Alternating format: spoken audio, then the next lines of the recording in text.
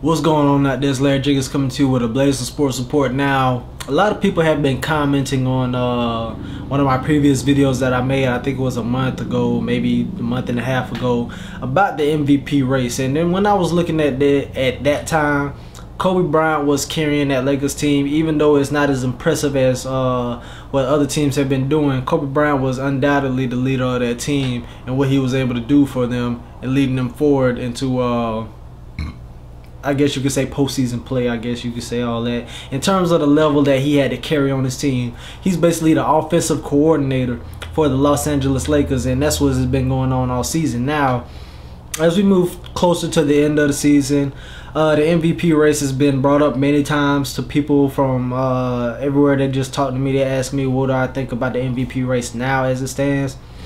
Like I've always said before, if you really want to give most valuable player to his team right now, there's only two guys that I could really factor into this. That's Rajon Rondo and Tony Parker. Both guys have been playing at outstanding levels. Both guys have literally, without them, their team would be in shambles. You got to remember, Tim Duncan sitting out games. He's not been the same productive player as he was earlier in the year when Tony Parker was carrying them. And Tony Parker is still doing a lot for this team. Manu Ginobili has been out all season long. They've had to battle injuries, but Tony Parker has been the one constant on that team, scoring, passing the ball, doing what he needs to do in order to keep this team afloat. He has been doing it. Now he has help there with Steven Jackson and Boris Diaw being brought in. Danny Green has emerged as a key player for them. And like I said, the San Antonio Spurs to me are the deepest team in the NBA. But without Tony Parker in the mix, there really is no consideration as to why Tony Parker should not be considered MVP for that team. Now, we look at Rajon Rondo and what he's been doing for that Boston Celtics team. You got to remember, early in there in the year, before everybody came back healthy, because you got to remember, Garnett was a shell of himself. Ray Allen wasn't producing as well. Paul Pierce, I think he missed a good chunk of the first half of the season. And Rajon Rondo was literally the guy on that team who was undoubtedly dominating the ball for this team, setting up his teammates, playing defense, scoring the ball, which Rondo doesn't really do. He dictates so much for that Boston team that if you take him off of that team, I honestly don't think that there's a way you can really consider this Boston Celtics team in the position that they are right now.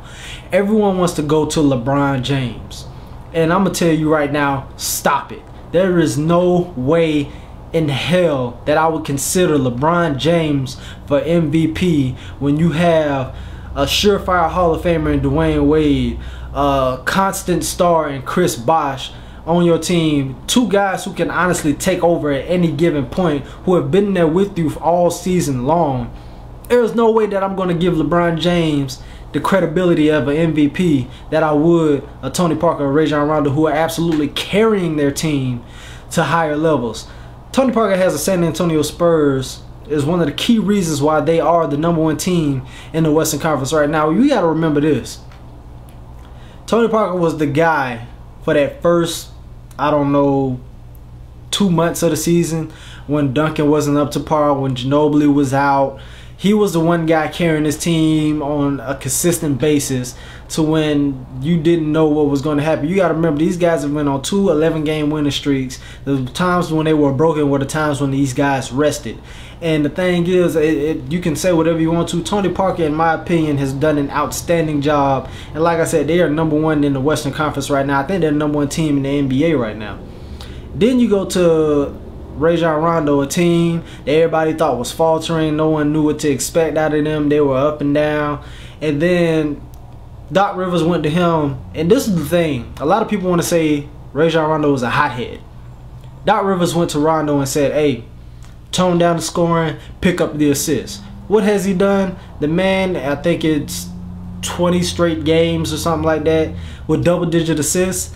The man is on an absolute tear at running the point guard position. Let's not forget, Steve Nash won it, and his numbers were nowhere near like the incredible things that we're seeing LeBron James doing. But here's the thing. Everyone wants to build all this hype around LeBron James because everyone has these expectations of what they want LeBron James to do. Kobe Bryant only has won one MVP award. When he won it, he was well deserving of it. LeBron James has won 2. He was well deserving of it because he carried that team in Cleveland for those 2 years to the best record in the Eastern Conference. If I'm not mistaken, it may have been in the NBA. I'm not sure right now.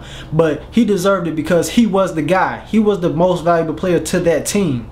You take LeBron James off this Miami Heat team, they still make the playoffs because you have Wade and Bosh on that team. Wade and Bosh can take a team to the playoffs, undoubtedly. There is no question in my mind. You take Rondo off that Celtics team, the way it's been playing all season long, I'm not sure they make it to the playoffs. You look at their backup point guards. Avery Bradley has come along very nicely since being inserted to the starting lineup, but he's playing at the 2 guard spot. At the point guard position, he wasn't producing like he is right now. You got to remember that. Then you're going to tell me that Keon Doolin can replace what Rondo can do? Get out of here. You look at San Antonio. You take Tony Parker off that team right now, I'm not sure where they would be right now. Tony Parker has been the most valuable player to that San Antonio Spurs team. Now, a lot of people are wondering where's Kevin Durant in this conversation right now. We know what Kevin Durant is doing. Kevin Durant deserves to be in the conversation. But I don't have to validate what Kevin Durant has done this year in order to throw his name into the hat. The thing that I want people to realize is, it's not about scoring numbers. It's not about looking flashy and all this notoriety that you bring upon yourself. It's about winning games. And Rondo has turned that team around. Well, he kept that team afloat, I should say. Tony Parker has kept his team afloat. Now they're getting their help back that they need in order to win championships. I mean, there's literally no question in my mind that these 2 guys should be, if not 1 and 2, they should be 2 and 3 of MVP candidates. It seems more and more likely that everyone wants to feed this attention to LeBron James. I'm going to tell you right now, stop it. LeBron James does not deserve to be in this conversation whatsoever. He has a Hall of Famer on one side. He has maybe a Hall of Famer at some point in his career, especially if he gets a ring, and Chris Bosh.